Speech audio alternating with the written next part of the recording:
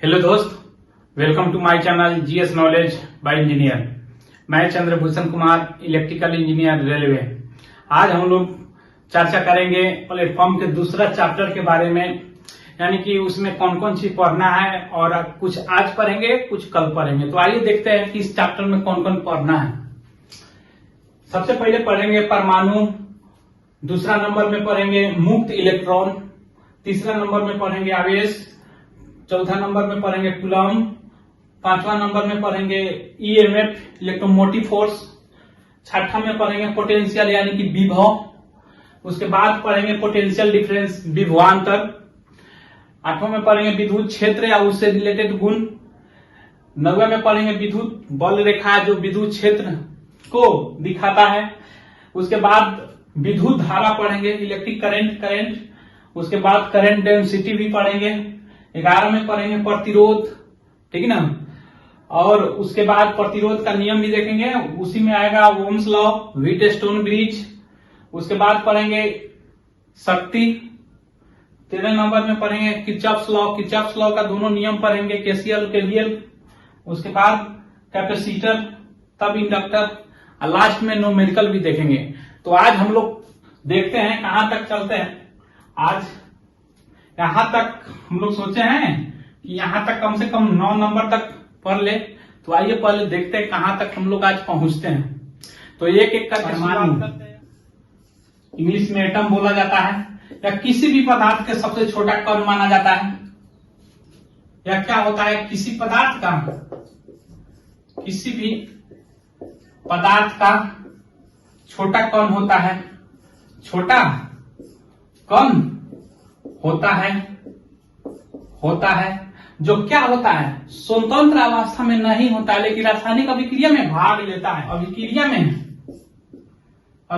में भाग लेता है, ठीक ना, भाग लेता है। किसी भी परमाणु में देखिए, एक परमाणु हो गया, परमाणु का नाभिक हो गया, नाभिक में प्रोटॉन और न्यूट्रॉन रहता है और इसके चारों ओर इलेक्ट्रॉन चक्कर काटता रहता है, ठीक, इलेक्ट्रॉन चक्कर काटता रहता है। ये नाभिक हो गया, तो नाभिक में क्या होता है, प्रोटॉन और न्यूट्रॉन। तो प्रोटॉन को पॉजिटिव चार्ज होता है, नाभिक में रहता है, और जितना पॉजिटिव चार्ज होता है प्रोटॉन पे, उतना ही माइनस में निगेटिव चार्ज होता है इलेक्ट्रॉन पे। वो चारों ओर चक्कर काटता रहता है फिक्स कक्षा में।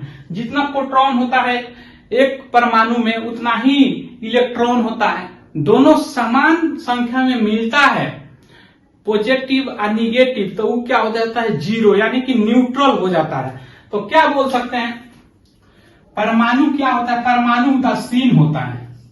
परमाणु का प्रकृति क्या होता है, प्रकृति उदासीन, यानी उस पे चार्ज क्या होता है, उदासीन। जैसे देख लीजिए, परमाणु किसी भी पदार्थ के छोटा, जैसे कि हाइड्रोजन है, एक लिख दिए तो ये परमाणु हो गया, नाइट्रोजन एक लिख दिए तो परमाणु हो गया, ऑक्सीजन ही एक लिख दिए, इसमें कोई संख्या नहीं है तो ये परमाणु हो गया। यही H2 लिख देंगे तो ये अणु हो जाएगा। इस अणु में 2 परमाणु है, ऐसे पढ़ा जाता है। यही N3 लिख देंगे तो नाइट्रोजन अणु हो गया, परमाणु नहीं। 3 परमाणु से मिल के बनने वाला ये क्या है, अणु है। तो नाइट्रोजन जैसे देख लीजिए, ये परमाणु हो गया। अब क्या बोल रहे हैं, ये इसका चार्ज क्या है, जीरो। अभी इनिशियली क्या है, जीरो, इस पे कोई चार्ज नहीं है। इसका अर्थ है कि जितना प्रोटॉन है उतना इसमें इलेक्ट्रॉन है। प्रोटॉन नाभिक में और इलेक्ट्रॉन चारों ओर चक्कर काट रहा है, ठीक। तो अब देखते हैं, हम लोग देख लिए परमाणु के बारे में। अब इसमें देखते हैं कि इसका फ्री इलेक्ट्रॉन के बारे में, दूसरा में पढ़ना था फ्री इलेक्ट्रॉन यानी कि मुक्त इलेक्ट्रॉन के बारे में। अब देखिए, ये परमाणु है, सोडियम का ले लीजिए, मान के चलिए सोडियम कोई परमाणु है, इसका परमाणु संख्या कितना है, 11। तो इसका इलेक्ट्रॉनिक्स विन्यास निकालिएगा तो क्या होगा, 2 8 1।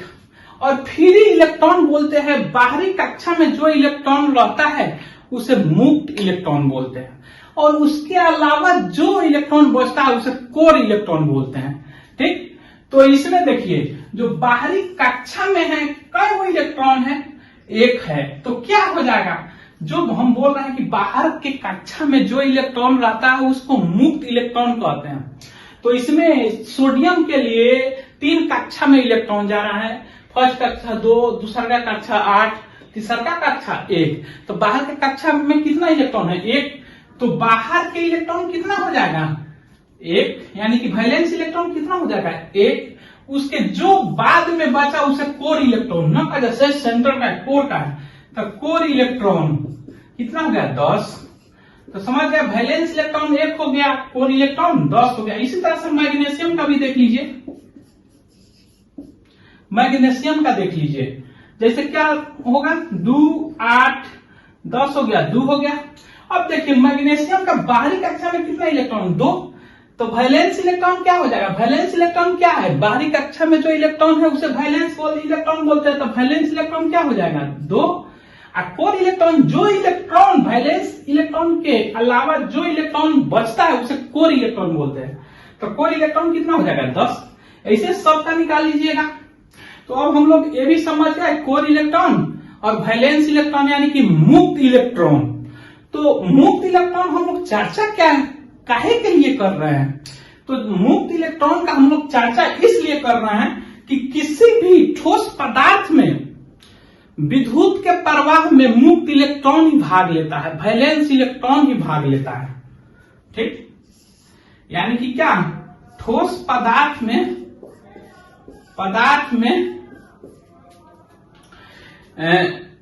धारा, विद्युत धारा के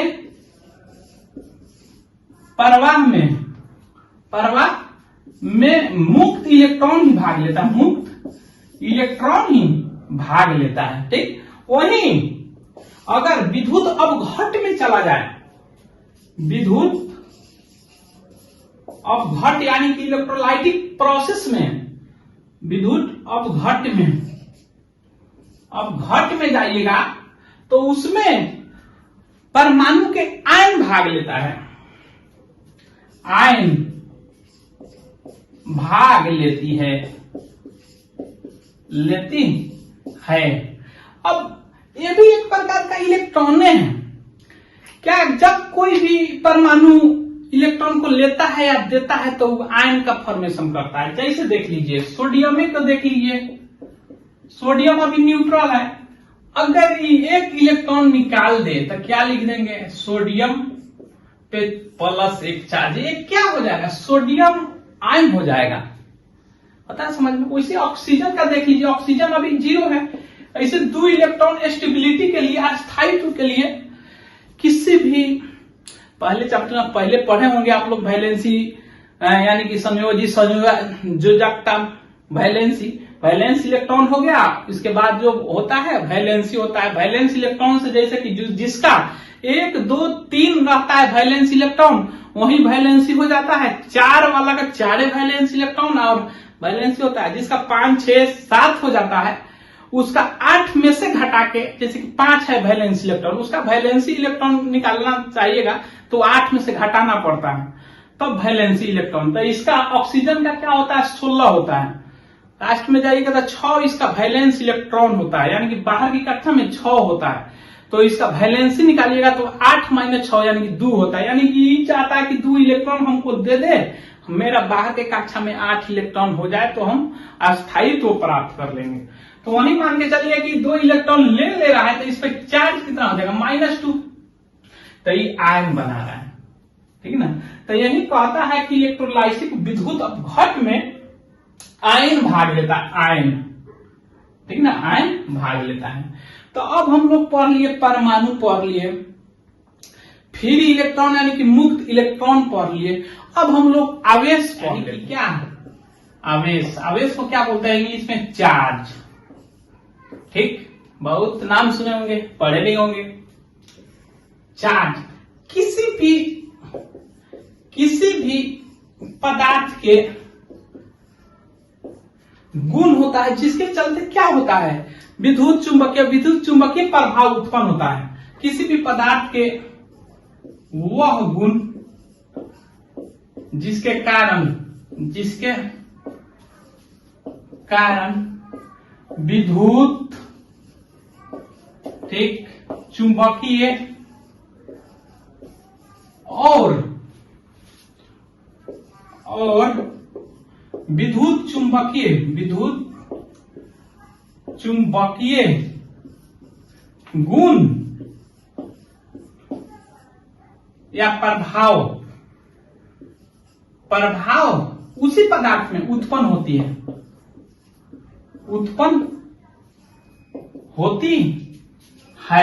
तो उसे क्या कहते हैं? उसे आवेश कहते हैं, चार्ज कहते हैं। आवेश कहते हैं यानी कि चार्ज कहते हैं। जैसे देख लीजिए,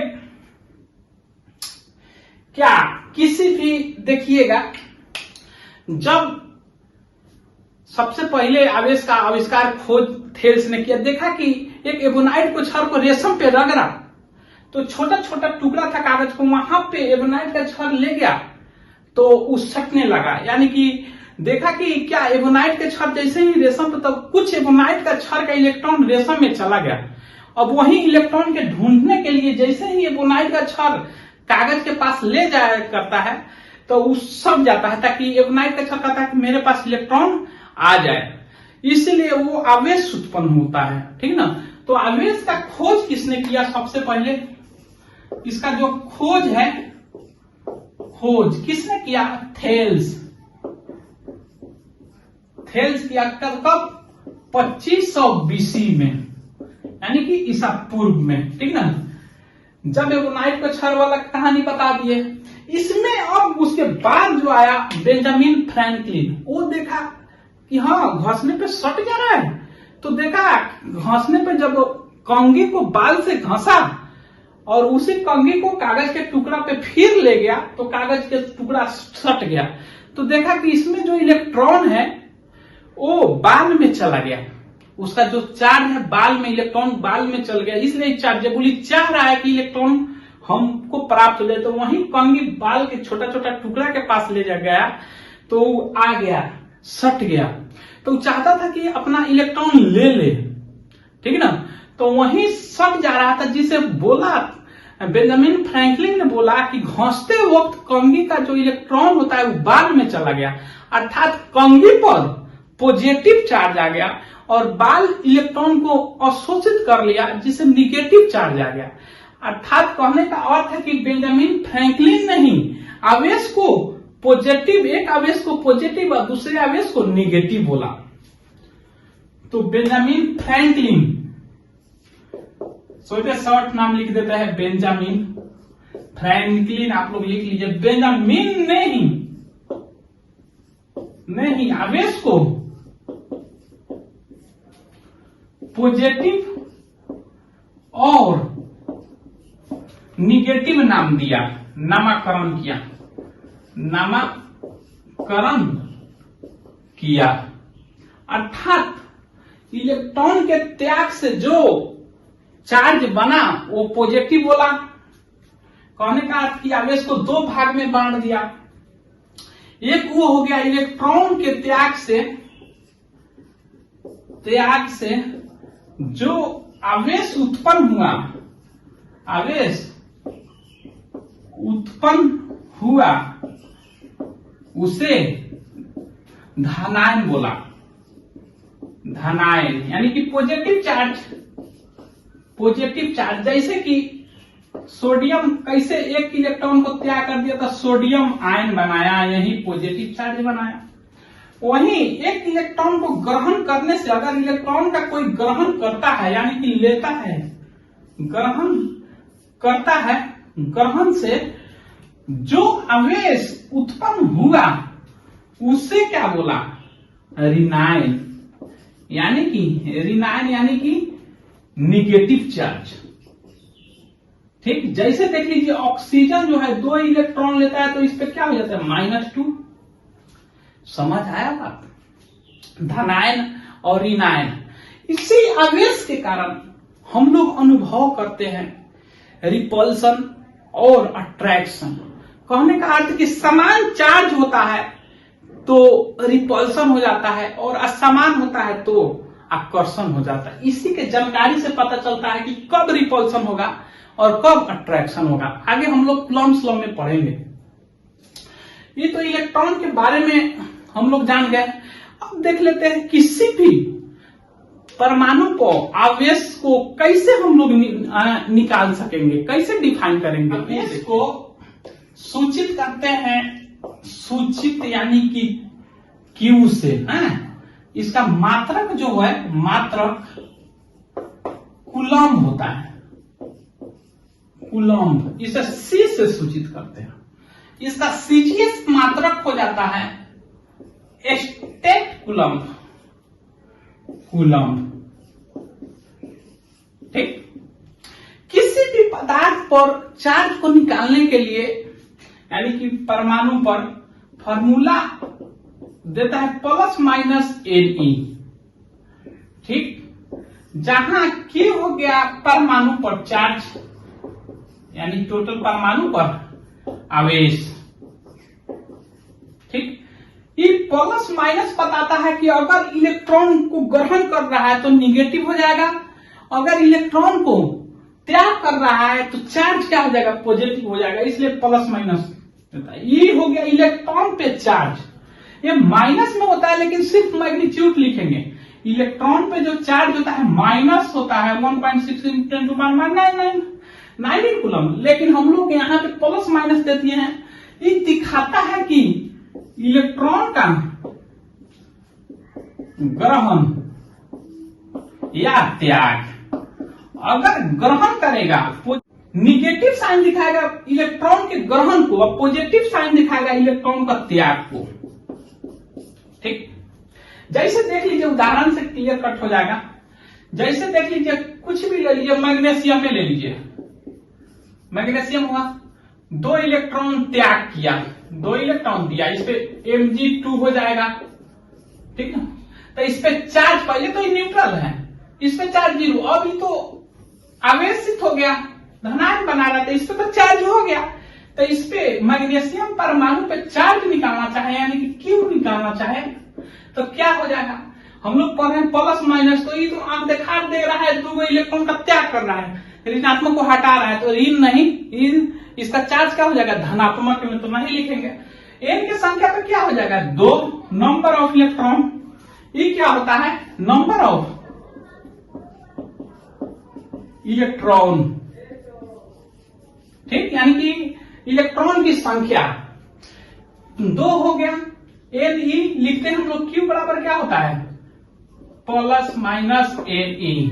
तो प्लस पॉजिटिव इलेक्ट्रॉन को त्याग कर रहा है तो प्लस चिन्ह होगा। N की जगह पर कितना इलेक्ट्रॉन का त्याग कर रहा है, 2, तो 2 हो जाएगा। एक इलेक्ट्रॉन पर चार्ज कितना रहता है, 1.6 × 10⁻⁹ कूलम्ब, तो कितना हो जाएगा, 8.10⁻⁻19 कूलम्ब आ जाएगा। तो इसी से आप लोग सब निकाल लीजिएगा।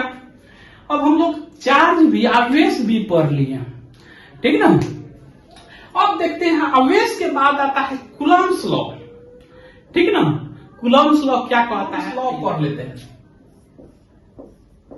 कूलम्ब लॉ, इसको कूलम्ब का लॉ बोलते हैं। बहुत आदमी इसको विद्युत का कूलम्ब, विद्युत बल का कूलम्ब लॉ बोलता है, ठीक ना, यानी कि Coulomb's law of electric force, ठीक ना। तो हम कूलम्ब लॉ लिख दिए। ये कहता है कि 2 आवेश पर, मान के चलिए ये पॉजिटिव है, ये भी पॉजिटिव ले लिए, 2 आवेश पर लगे इलेक्ट्रिक जो बल होता है, दोनों आवेश के प्रोडक्ट यानी कि गुणनफल के समानुपाती। मान के चलिए इसके बीच का दूरी r है, इस पे F फोर्स लग रहा है, तो कहता क्या है कूलम्ब, 2 आवेश पर जब कोई इलेक्ट्रिक फोर्स लगता है तो वह बल होता है दोनों आवेश के गुणनफल के समानुपाती, ठीक ना। दोनों आवेश के गुणनफल क्या हो जाएगा, Q, इसको Q मान लीजिए, इसको Q1 मान लीजिए, Q1, उसके बीच का जो दूरी है, ये दूरी है उसके बल के व्युत्क्रमपाती, ये तो समानुपाती हो गया। यही बल क्या हो जाता है, जो बीच का दूरी है उसके वर्ग यानी कि r², उसके व्युत्क्रमपाती, यानी ऐसे। तो टोटल समेशन करिएगा तो क्या हो जाएगा, Q1/r²। यही बोलता है कूलम्ब्स लॉ, ठीक ना।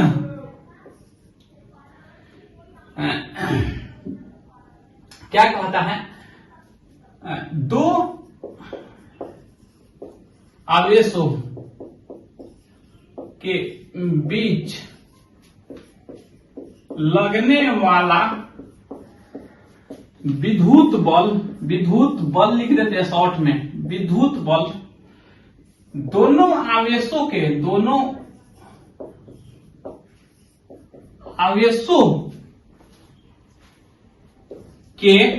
गुणनफल के समानुपाती और बीच के दूरी के वर्ग के व्युत्क्रमानुपाती होता है। तो वही मान लिए Q है, Q1 है, ये फोर्स लग रहा है, बीच का दूरी है, तो डायरेक्ट क्या लिख सकते हैं, वही समीकरण यहाँ पे Q1 बाई आर स्क्वायर, कोई डाउट नहीं है। इसको तोड़ने के लिए हम लोग कांस्टेंट का प्रयोग करते हैं, ठीक, उसको बोलते हैं 1/4 pi epsilon nought epsilon R. अगर एयर है मीडियम तो आर की जगह पर 1 हो जाता है, Q into Q1 by R square. इसको जो एप्सिलॉन आर है इसको बोलते हैं सापेक्ष वैद्युतशीलता, जो हवा के लिए ER बराबर 1 होता है। इसको बोलते हैं ER को, E एप्सिलॉन नॉट को, ठीक है ना, परम वैद्युतशीलता। इसका मान आपका होता है 8.85 इंटू 10⁻12, ठीक ना। यहां से क्या करिए, मात्रक इसका निकाल लीजिए। तो ये हो गया, इसका तो कोई मात्रक नहीं 4 पाई का, ये तो रिलेटिव है, इसका भी कोई मात्रक, तो यहीं पे रखिए। ये खाली यहाँ पे ले चलाइए, यहाँ पे ले चलाइए, फोर्स के जगह फोर्स को यहाँ पे भेज दीजिए। तो इसको शॉर्ट में देखिए, इसको क्या लिख सकते हैं, इसको हम लोग एप्सिलॉन नॉट को ऐसे लिख सकते हैं, फोर्स यहाँ पे चला जाएगा तो Q1 Q2 by F into R square लिख सकते हैं। ये सब तो कांस्टेंट है, कांस्टेंट को हटा दिया जाए तो इतना लिख सकते हैं। तो इसका मात्रा क्या हो जाएगा, Q1 Q2 यानी कि कूलम्ब स्क्वायर बट्टा क्या हो जाएगा, फोर्स का मात्रक न्यूटन, आर स्क्वायर का मात्रक एम स्क्वायर। तो क्या हो जाएगा, परम वैद्युतशीलता का मात्रक कूलम्ब स्क्वायर प्रति न्यूटन मीटर स्क्वायर। इसी को बाद में हम लोग पढ़ेंगे, फैराडे, ठीक ना, प्रति मीटर भी बोला जाता है, जो कि कैपेसिटेंस हम लोग पढ़ेंगे, C इक्वल टू यही एप्सिलॉन नॉट बटा डी होता है, आगे चल के उसमें देखेंगे। इसका दूसरा मात्रक क्या है, फैराडे, लिख देते हैं दूसरा मात्रक फैराडे, जो कैपेसिटेंस का मात्रक होता है मीटर, दूसरा मात्रक है। पहला मात्रक ई हो गया, ठीक। तो यहां पे लिख लीजिए, इसका वैल्यू क्या हो गया एक्चुअल में 8.85 इंटू 10⁻12 कूलम्ब स्क्वायर बटा न्यूटन मीटर स्क्वायर। आइए यही मात्रा को क्या बोल सकते हैं, फैराडे मीटर। ये मान पूछता है। अब देखिए इसका मान तो निकाल लिए, एक कांस्टेंट आता है, ये पूरा की जगह पर के कहीं कहीं लिखा रहता है। आप देखिए F इक्वल टू इस पूरा की जगह पर के मिलेगा आपको, ठीक ना, के Q इंटू Q1 बटा आर स्क्वायर। आप लोग बहुत बार देखे भी होंगे। ये के का है, कांस्टेंट है, कांस्टेंट। इसका जो मान होता है, इसका जो मान होता है इतना हो जाएगा। इसके जगह पर क्या लिख सकते हैं, 1/4 पाई एप्सिलॉन नॉट इसी को 4 पाई 7 इंटू 8.85 इंटू 10 टू पावर 12 रखिएगा तो टोटल आ जाता है 9 इंटू 10 टू पावर 9। और जितना आप 7 नॉट का मात्रा के उसके जस्ट उल्टा हो जाता है। तो क्या हो जाएगा, न्यूटन मीटर स्क्वायर बता कूलम स्क्वायर। तो वैल्यू पता हो गया, के का वैल्यू कितना होता है 9 इंटू 10 टू पावर 9 क्या न्यूटन मीटर स्क्वायर बटा कूलम स्क्वायर। दोनों कांस्टेंट का मान याद रखिएगा, इसका न्यूमेरिकल बनाने में काम आता है।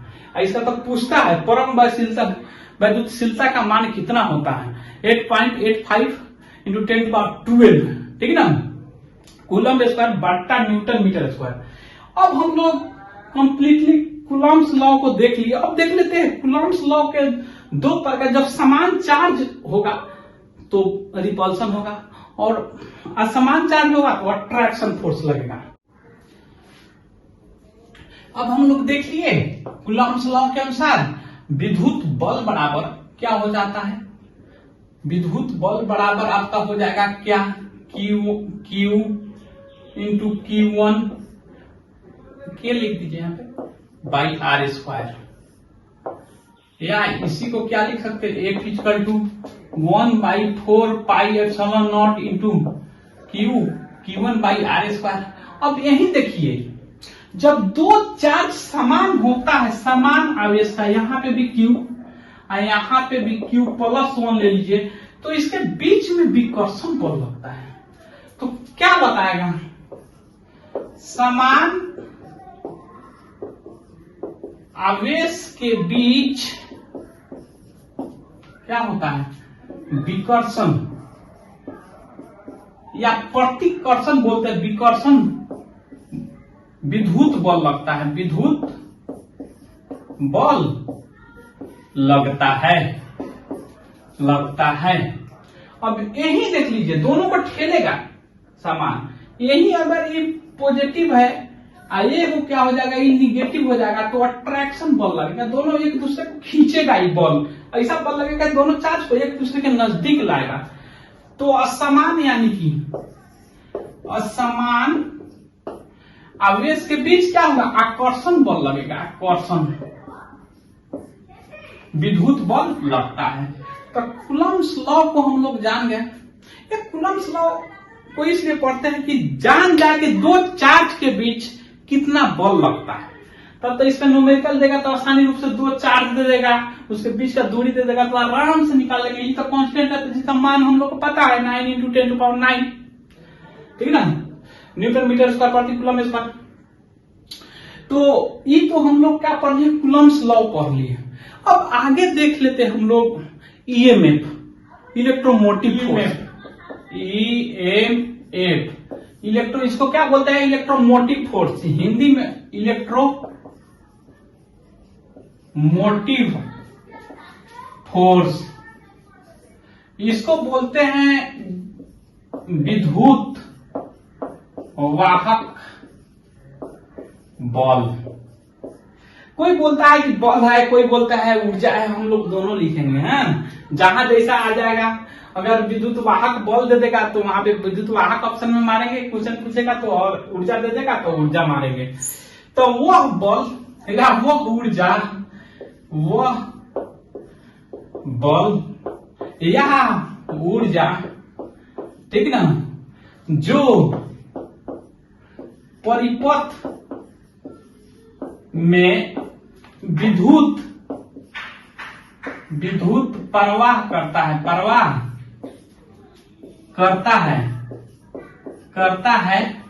उसे विद्युत वाहक बल कहते हैं, उसे विद्युत वाहक बल कहते हैं, वाहक बल, विद्युत वाहक बल कहते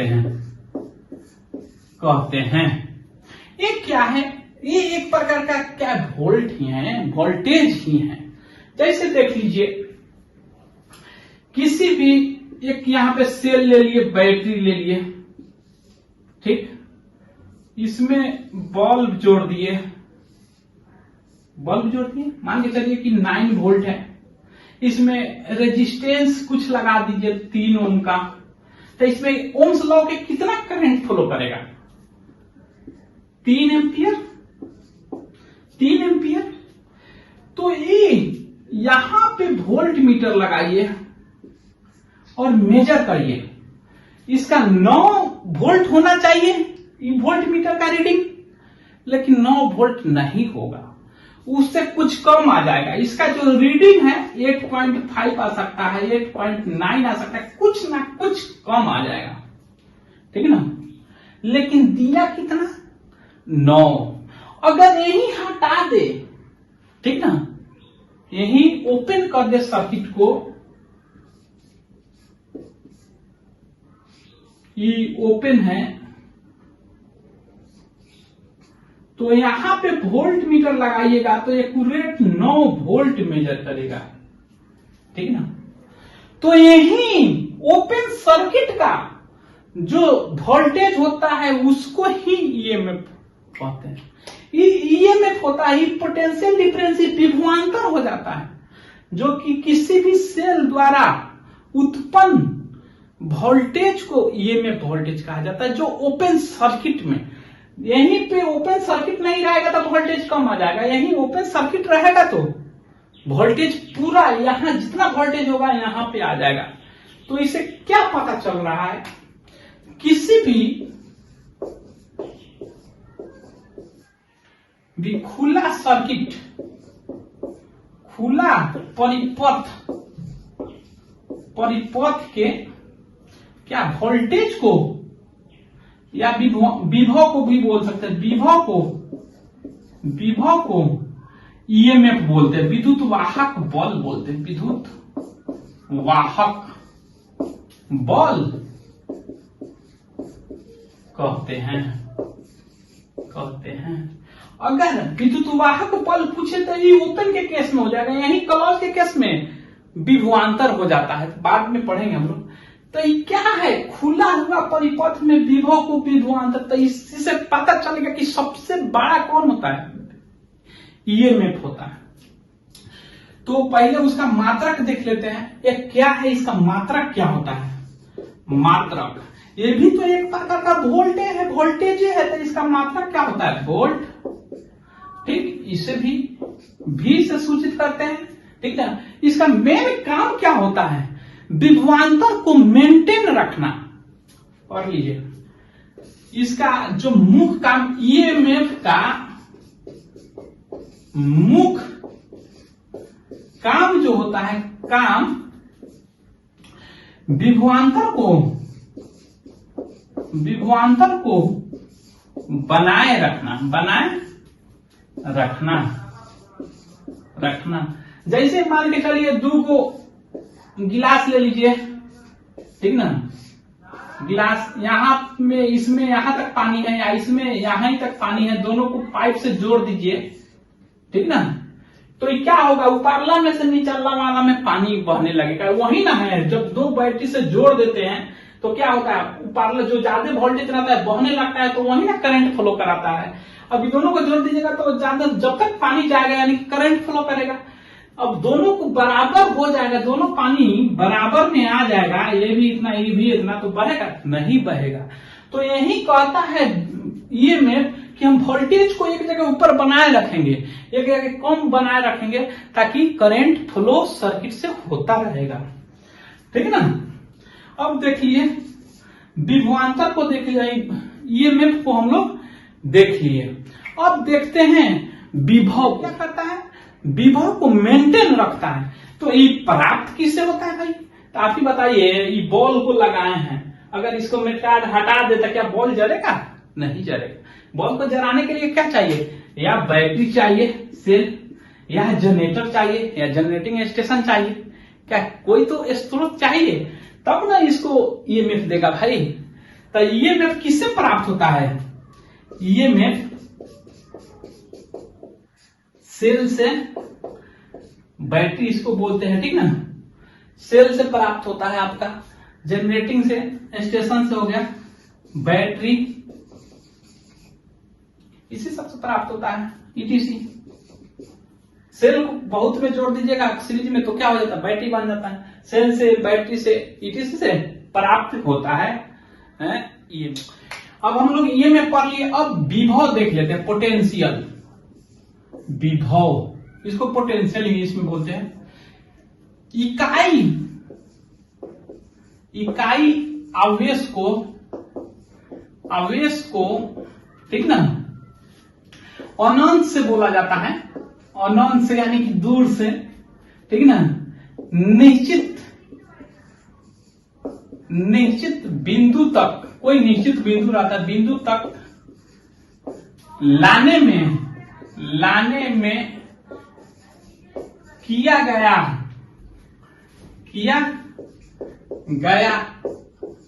कार्य को विभव कहते हैं, विभव कहते हैं। जैसे देख लीजिए, मान के चलिए यहां पे कोई क्यू चार्ज है, ठीक, इसको यहां पे टेस्ट छोटा सा चार्ज ले लीजिए, क्यू नॉट पॉजिटिव है, इसका ये फील्ड है, ठीक ना। इस पॉइंट पे, इसके फील्ड में मान के चलिए ए पॉइंट है, ठीक ना। इस क्यू चार्ज को यहां से यहां तक लाने में डब्ल्यू कार्य हुआ, मान के चलिए कितना कार्य हुआ, डब्ल्यू कार्य हुआ। इस चार्ज को यहां से दूसरे चार्ज के फील्ड में लाने में डब्ल्यू कार्य हुआ। तो क्या होगा, हम लोग क्या लिखे, क्यू नॉट को इंफिनिटी, इसको इंफिनिटी बहुत दूर मान लीजिए, यहां से डॉट डॉट कर दीजिए, बहुत दूर, ठीक ना। आर बराबर क्या मान लीजिए, आर बराबर डिस्टेंस इंफिनिटी मान लीजिए, बहुत दूर से ला रहे हैं। तो बहुत दूर से ला रहे हैं, तो उसमें क्यू को लाने में कितना कार्य करना पड़ रहा है, डब्ल्यू। तो इकाई आवेश को अनंत से लाने में, इकाई आवेश, तो क्यू आवेश को लाने में डब्ल्यू कार्य करना पड़ रहा है, तो इकाई आवेश को लाने में कितना कार्य करना पड़ेगा, W by Q.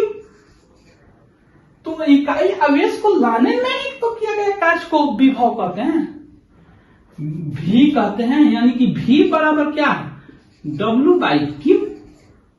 Q not लिखिए या क्यू लिखिए, समझे।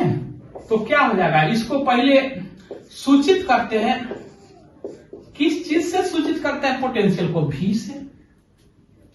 तो भी बराबर क्या हो जाएगा, इसका फॉर्मूला क्या होगा, भी बराबर डब्ल्यू बाई क्यू। यह क्या है, अदिश राशि है, इसका मात्रक क्या हो जाएगा, जूल बटा कूलम्ब सी, इसी को वोल्ट बोलते हैं, ठीक। तो मात्रक क्या हो गया, मात्रक वोल्ट, इसको संकेत में भी बोलते हैं। बात आया समझ में आई। आवेश को अनंत से किसी भी आवेश के फील्ड में लाने में जो कार्य किया गया, उसे उस पॉइंट के लिए, इस बिंदु का क्या बोलेंगे, विभव बोलेंगे। अब दूसरा में देख लेते हैं विभवांतर। अब तक विभव देख लिए, अब विभवांतर, अब क्या देख लेते हैं, विभवांतर। विभवांतर पोटेंशियल डिफरेंस बोला जाता है, पोटेंशियल डिफरेंस बोला जाता है। तो क्या इधर विभव देख लिए, विभव का अंतर को ही विभवांतर कहते हैं, ठीक ना। दो बिंदुओं के विभव के अंतर को विभवांतर कहते हैं, विभवांतर कहते हैं। तो क्या बोला, दो बिंदुओं के विभव के अंतर को विभवांतर बोला जा रहा है। मान के चलिए यहां पे एक बिंदु ए है, इसका 20 वोल्ट है पोटेंशियल, ये बी है, इसका 10 वोल्ट पोटेंशियल है। ये दोनों के बीच लाइन हो गया, तो ये दोनों के बीच का जो अंतर होगा, इसे क्या बोलेंगे, बी ए बी, ठीक ना। तो इसका पोटेंशियल को क्या वी ए बोल सकते हैं, इसका पोटेंशियल को क्या बोल सकते हैं, वी बी बोल सकते हैं। तो यही ये दोनों बिंदु हो गया, ये हो गया, ये बी हो गया, दोनों के विभव, इसका विभव कितना है 20, इसका विभव है कितना 10, दोनों के अंतर को विभवांतर कहते हैं। नाम इसका स्पष्ट है, विभव के अंतर को विभवांतर कहते हैं, ठीक ना। तो बी बराबर का बी ए माइनस बीबी, तो क्या हो जाएगा 20 माइनस 10, ये क्या हो जाएगा 10 वोल्ट। यही विभवांतर क्या होगा, दो बिंदुओं का विभव, यानी कि वर्ग में से छोटा को घटा देना, वही अंतर को विभवांतर कहते हैं। यदि इसका मात्रा क्या होता है, विभवांतर का अंतर है आम माइनस आम, तो आम में ना होगा, तो क्या विभव का अंतर यानी वोल्टेज का अंतर है, तो वोल्टेज होगा। मात्रा क्या होता है, वोल्टेज, ठीक। तो अब हम लोग विभवांतर भी जान गए, विभव भी जान गए, विभवांतर भी जान गए। अब इलेक्ट्रिक फील्ड को बारे में जान जाते हैं। विद्युत क्षेत्र के बारे में जान जाते हैं, यानी कि क्या इलेक्ट्रिक फील्ड के बारे में, इलेक्ट्रिक फील्ड के बारे में जानते हैं। क्या होता है इलेक्ट्रिक फील्ड, किसी भी चार्ज के पॉजिटिव है मान के चलिए, तो इसका चारों ओर इसका कुछ चार्ज होगा, यथी होगा, फील्ड होगा। जहां तक मान के चलिए कोई नेता होता है, विधायक होता है, तो उसके फील्ड एक होता है कि हाँ इतना दूर तक इस विधायक के रेंज में आता है। दूसरा विधायक आ गया तो कहेगा काम कराने के लिए आ गया तो नहीं ये मेरा रेंज है, हटाएगा, उसको अनुभव कराएगा यहाँ पे हम हैं। तो उसी प्रकार ये चार्ज है, इसके चारों ओर इसका फील्ड होता है। जब कोई दूसरा चार्ज आएगा इसमें तो उसपे एक बल का अनुभव होगा, या अगर पॉजिटिव है तो पॉजिटिव होगा तो उसको ठकेलेगा, या इधर आएगा तो निगेटिव अगर होगा तो खींचेगा उसको, यानी कि उस चार्ज को जो आएगा इसके इलेक्ट्रिक फील्ड में एक बल का अनुभव होगा। वही क्षेत्र को जहां से बल को अनुभव होगा, इस आवेश के लिए ये क्या हो जाएगा, विद्युत क्षेत्र हो जाएगा, इसका क्षेत्र हो जाएगा, ठीक है ना, इसका क्षेत्र कहलाएगा। यानी किसी आवेश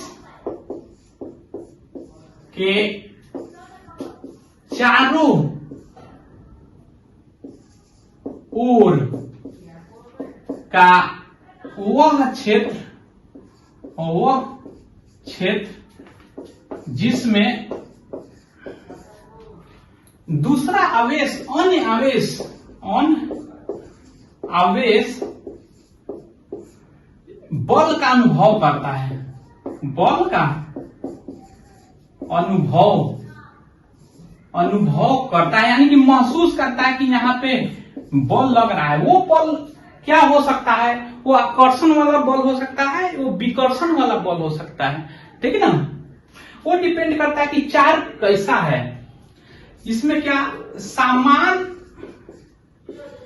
आवेश वाले विकर्षण बल का अनुभव करेंगे, विकर्षण बल का अनुभव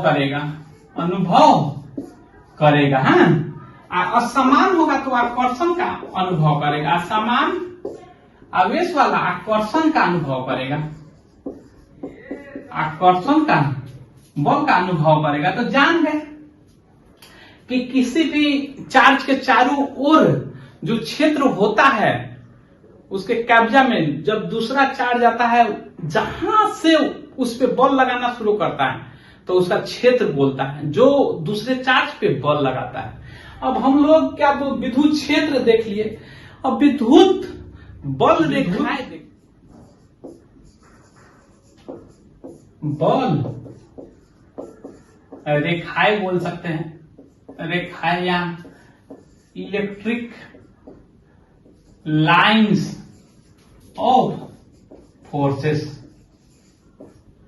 ये क्या है, कुछ नहीं है, वो किसी भी चार्ज के जो विद्युत क्षेत्र होता है उसको दिखाने के लिए प्रयोग किया जाता है। इसका प्रयोग जो होता है, इसका प्रयोग आवेश के विद्युत क्षेत्र को दिखाने के लिए किया जाता है, दिखाने के लिए किया जाता है, किया जाता है। ये क्या होता है? यह काल्पनिक रेखा होता है, ये एज्यूम किया गया है। यह क्या होता है? काल्पनिक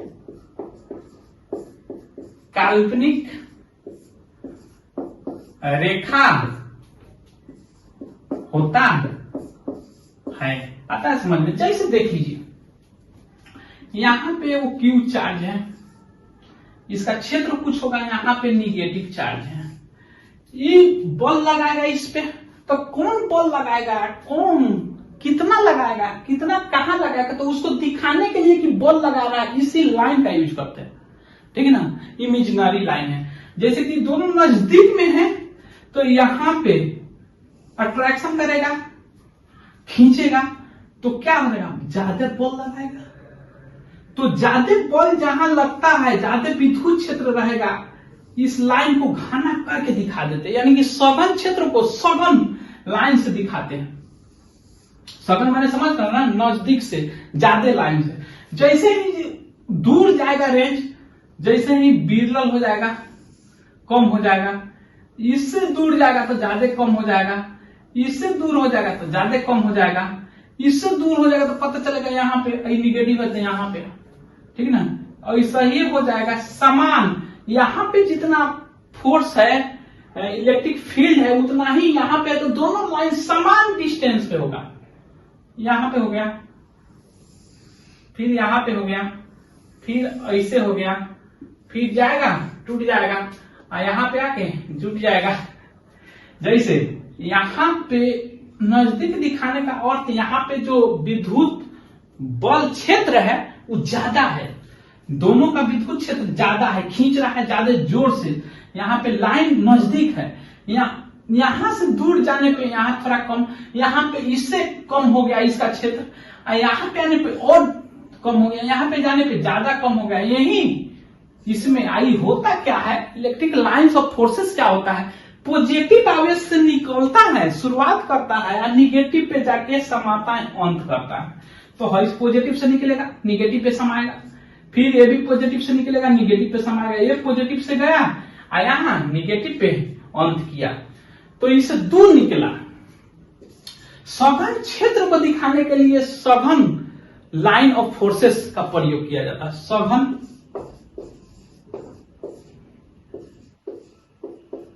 क्षेत्र को सघन से और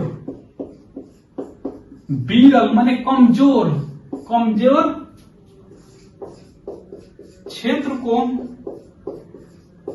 दिखाने के लिए विरल लाइन, यानी कि लाइन क्षेत्र रेखा को, आपका विद्युत बल रेखा को, विद्युत बल रेखा को प्रयोग किया जाता है, प्रयोग किया जाता है। बात है समझ में? अब तो ये देख लिए कि जहां पे विद्युत क्षेत्र ज्यादा लगेगा वहां पे ज्यादा से दिखाएंगे, ठीक है ना? जहां जैसे ही किसी भी चार्ज को देखिएगा दूर जाने पे क्या होता है, कम होते जाएगा, उसका क्षेत्र का इफेक्ट, प्रभाव कम होते जाएगा, ठीक है ना? यहाँ पे जैसे नाभिक भी रहता है, उसके जड़ी वाला इलेक्ट्रॉन को हिलने नहीं देता है, जैसे ही नाभिक से दूर जाने लगता है इलेक्ट्रॉन, वो अपना मनमानी करने लगता है, यानी कि नाभिक का प्रभाव कम हो जाता है। वैसे चार्ज में यहाँ पे रहेगा, ठीक है ना, नजर के सामने, तो ज्यादा इफेक्ट रहेगा, फिर दूर जाएगा उससे कम, वो भी दूर जाएगा उससे कम इसका क्षेत्र रहेगा, ठीक ना? वैसा ही जैसे ही दूर जाएगा उसका इफेक्ट कम होते जाएगा, यानी कि विद्युत क्षेत्र कम होते जाएगा। जहां विद्युत क्षेत्र कम होगा वहां पे जो विद्युत बल रेखा है कम से दिखाएंगे, यानी विरल हो गया।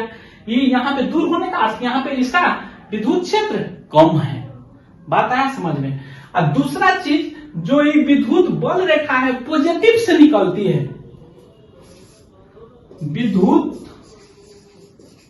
बल रेखा क्या पॉजिटिव चार्ज से निकलती है, पॉजिटिव से निकल कर निगेटिव पर खत्म होती है, निगेटिव पर खत्म होती है।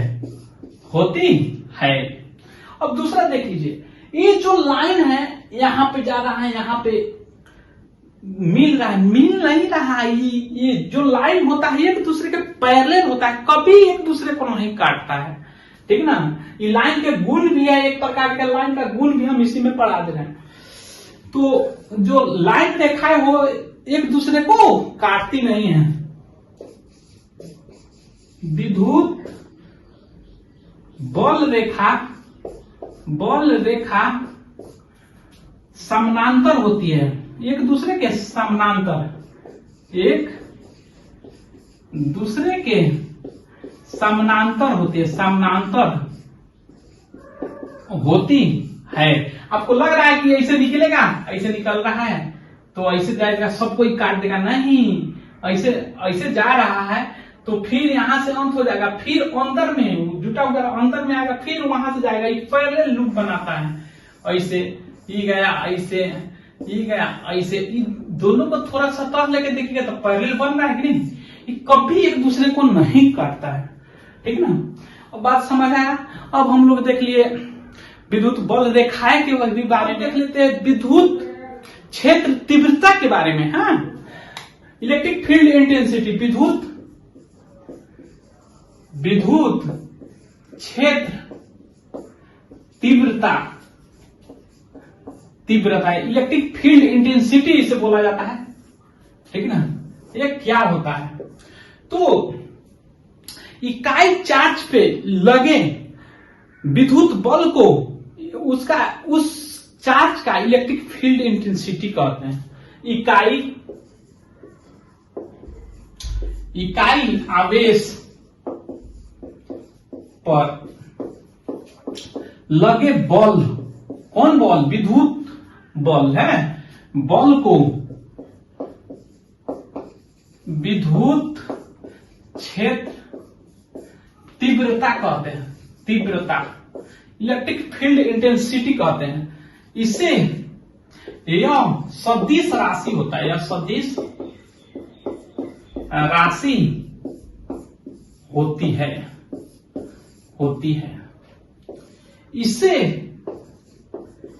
ई से सूचित करते हैं, ई वेक्टर से। जैसे देख लिए इकाई बोले, मान के चलिए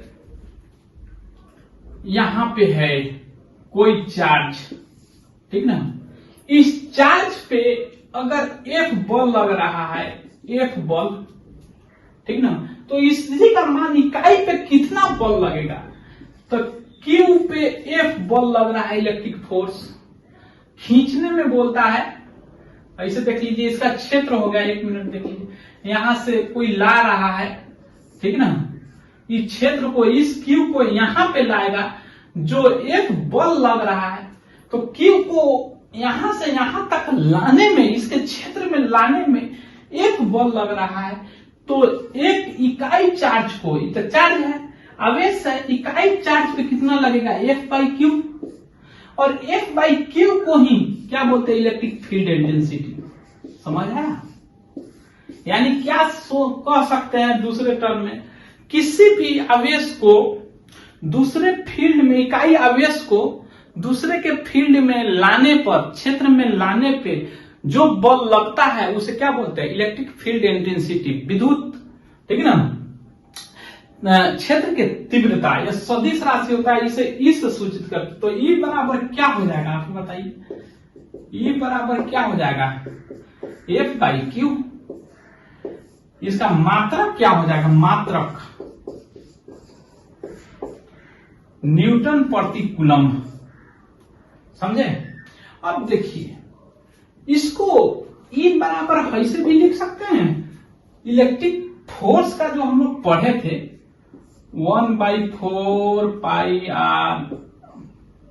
F/0, ठीक ना, गुना Q, ठीक ना, इंटू Q1 लिखे थे, मान के चलिए ये Q है, बाई R²। तो फोर्स के जगह पर इतना रख दे, अब बट्टा Q से कर दे, यहाँ पे जो बाटा में क्यू है डिवाइड कर दे तो ई कट जाएगा। तो क्या बोल सकते हैं, ई बराबर की क्या फॉर्मूला आ जाएगा, क्यू क्यू या क्यू नॉट, एक क्यू एक चार्ज होना चाहिए, क्यू 4 पाई एप्सिलॉन नॉट बट्टा क्या हो जाएगा आर स्क्वायर। तो आप ही बताइए, ये चार्ज है, अगर ओपन सर्किट हो जाए तो एक और क्यू बराबर आई टी पढ़े होंगे आप लोग। ओपन सर्किट हो जाता है, ओपन सर्किट में तो वहां पे करंट का मान कितना होता है ओपन सर्किट में, 0। तो ओपन सर्किट में क्यू का मान क्या हो जाएगा, 0। तो ओपन सर्किट में इलेक्ट्रिक फील्ड इंटेंसिटी का मान कितना हो जाएगा, क्यू का मान 0। तो इसका मान 0 नहीं हो जाएगा। तो क्या बोलता है, खुला परिपथ में ई का मान क्या हो जाएगा, 0।